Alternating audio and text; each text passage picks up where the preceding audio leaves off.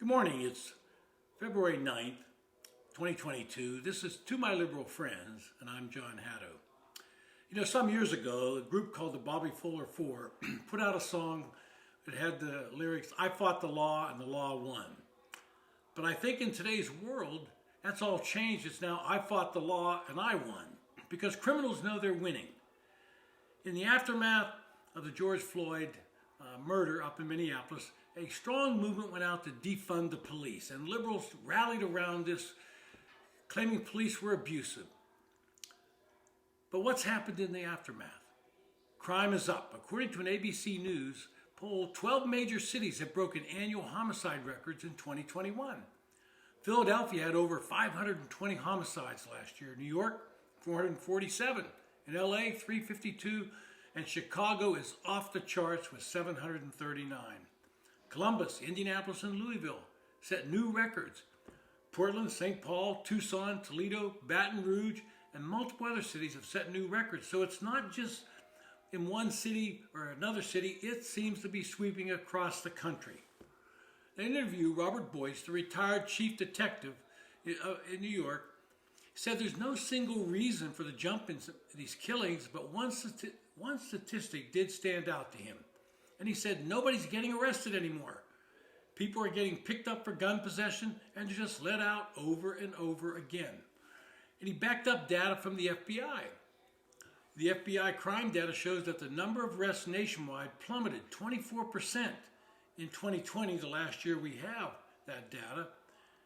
And the number of arrests in 2020 was 7.63 million, the lowest in 25 years, according to the FBI's data. So what's the root of all this? It seems that we have some DAs around the country that are going to change how we treat criminals. Alvin Bragg, the DA in Manhattan, has made it clear that he's not going to prosecute certain crimes. But even in Harlem, where he grew up, he's getting pushback. People are afraid to go out in the streets of their own neighborhood. Mildred Serrano, 59, a Harlem resident, said, quote, "If I saw the DA in the street, I would slap him in the face, honestly." Another local resident, Kathy Marie, 30 years old, said, and I quote, "I have a 3-year-old kid. I wouldn't dare take her to any of these parks around here." And so what's happening now as crimes expand, there's pushback. And Bragg has had to walk back some of his progressive ideas. In the past, he has said that armed robberies would only be prosecuted as misdemeanors as long as there was, quote, "no genuine risk of harm to anyone." Now, I would love you to define what's genuine risk of harm. A guy's pointing a gun in your face, telling you he wants your money, and there's no risk of harm. So I guess if you give him the money and he walks away, that's only going to be a misdemeanor. But if you say no and he shoots you, then he might be prosecuted as a felony.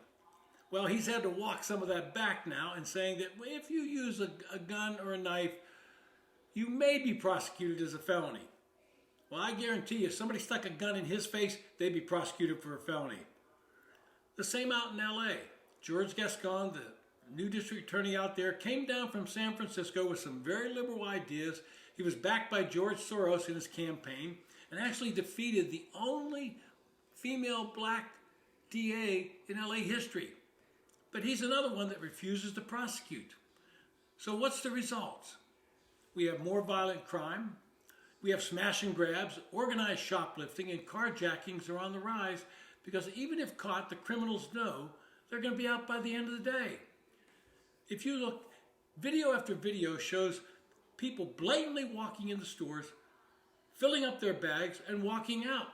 And employees are told, don't confront them because you're in danger if you do.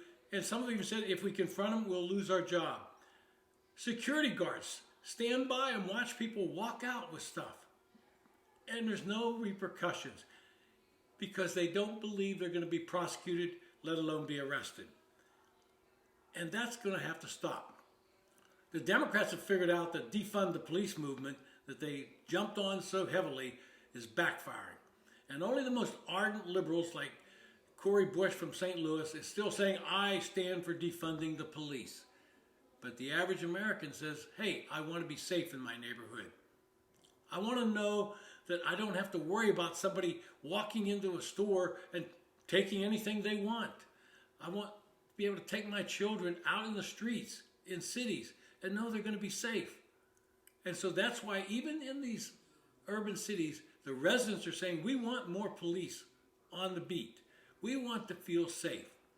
But these liberal DAs, they ascribe to the doctrine of, I have to do what the progressives think I should do, and I'm going to keep doing it. Well, I think they're going to find that just as in last year's elections, urging people to defund the police and go soft on crime isn't working with the average American. They're going to find out that it may be a bloodbath for some Democrats, and I guarantee you, if Republicans take control of the House and Senate, Joe Biden will see a major crime bill on his desk, and even he has been walking back any efforts to defund the police, pretending like he never supported it. But Joe, you know you did. But he'll get a bill he'll be forced to sign, and he won't like it, and the liberals won't like it, but the American public will. This has been To My Liberal Friends. Thanks for listening.